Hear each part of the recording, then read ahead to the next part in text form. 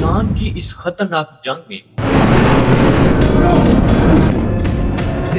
میں آپ کو معلوم ہے کہ ایران کا سب سے بڑا ہتھیار کیا ہے؟ نہیں، ایٹم بم نہیں، بلکہ اس جنگ میں ایران کا سب سے طاقتور ہتھیار دی اسٹریٹس آف ہارمونز۔ دنیا کے نقشے پر اگر ایران کی جگہ دیکھیں تو اس کا بالکل پاس سمندر میں ایک چھوٹا سا راستہ دیکھنے میں معمولی سی جگہ لگتی ہے، لیکن اصل میں یہ کوئی عام راستہ نہیں۔ یہ چھوٹا سا راستہ آج پوری دنیا کی معیشت کے لیے ریڑھ کی ہڈی کی حیثیت رکھتا ہے، کیونکہ یہ تیل اور گیس کی ترسیل کا سب سے بڑا بین الاقوامی راستہ ہے۔ اس راستے کے ارد گرد وہ تمام ممالک ہیں جہاں دنیا کی سب سے زیادہ تیل پیدا ہوتا ہے۔ دنیا کی تیل کی سپلائی کا تقریباً 20% حصہ اسی سمندر راستے سے گزرتا ہے۔ کویت، عراق، بحرین، قطر، متحدہ عرب امارات اور سعودی عرب جیسے بڑی ریاستیں اسی راستے کے ذریعے اپنا تیل پوری دنیا تک پہنچا رہی ہیں۔ اس تیل کی دولت سے آج یہ ممالک دنیا کے امیر ترین ملکوں میں شمار ہوتے ہیں اور اسی سے پوری دنیا کی معیشت چلتی ہے۔ معاشی میت کے اعداد و شمار کے مطابق ہر دن اس راستے سے 2 کروڑ سے بھی زیادہ تیل کے بیرل گزرتے ہیں۔ اس کا مطلب ہے کہ ہر سال یہاں سے کھربوں ڈالر کا کاروبار ہوتا ہے، لیکن اس راستے میں ایک بڑی مشکل ہے، یہاں گزرنے کے لیے جگہ بہت تنگ ہے۔ اگر ہر جہاز کو یہاں سے گزرنے ہی پڑتا ہے، یہ راستہ تقریباً 40 کلومیٹر چوڑا ہے اور پچھلے 40 سال سے اس پر ایران کا کنٹرول ہے۔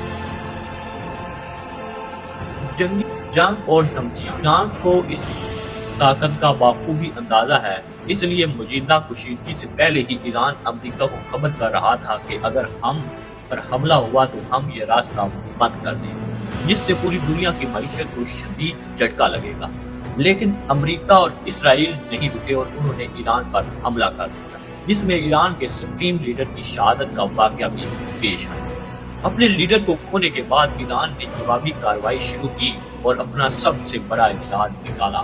اچانک دی اسٹریٹ آف ہارمون سے گزرنے والے جہازوں کی ریڈیو پر ایرانی فوج کا پیغام گونجنے لگا کہ آج کے بعد یہاں سے کوئی بھی جہاز نہیں گزرے۔ ایران کے بعد جہازوں نے راستہ خالی کر دیا اور اب لاکھوں بیرل تیل سمندر میں پھنسا ہوا ہے۔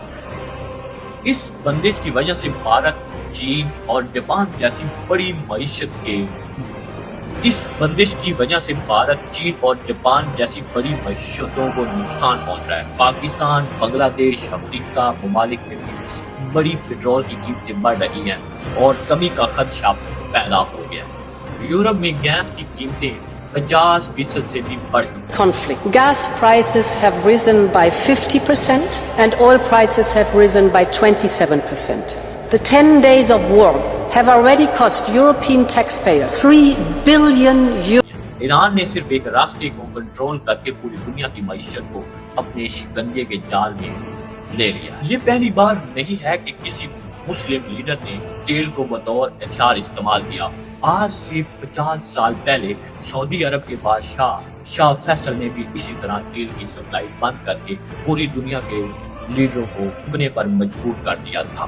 جب امریکہ اور اسرائیل مسلمانوں کے خلاف لڑ رہے تھے، تو اب دیکھتے ہیں کہ آگے مستقبل میں کیا ہونے والا ہے۔ 2 ہی راستے نظر آتے ہیں۔ ایران یہ راستہ طویل عرصے تک بند رکھے تاکہ عالمی دباؤ کی وجہ سے امریکہ جنگ ختم کرنے پر مجبور ہے، یا پھر یہ امریکہ کی کوئی چال ہے کیونکہ امریکہ کو کسی بھی ملک پر حملہ کے لیے ایک بہانے کی ضرورت ہوتی ہے اور شاید یہ چاہتا ہے کہ ایران سے راستہ بند کرے تاکہ پوری دنیا ایران کے خلاف ہو جائے اور پھر امریکہ ایک نجات زندہ بن کر حملہ۔ ایران کے نئے لیڈر کا کہنا ہے کہ یہ جنگ تب تک نہیں رکے گی جب تک بدلہ نہ لے لیا جائے، اور وہ بھی کبھی ہتھیار نہیں ڈالیں گے۔ اب دیکھنا یہ ہے کہ کیا دنیا کی معیشت اس دباؤ کو برداشت کر پائے گی یا یہ صورتحال کسی بڑی عالمی تبدیلی کا پیش خیمہ ثابت ہوگی۔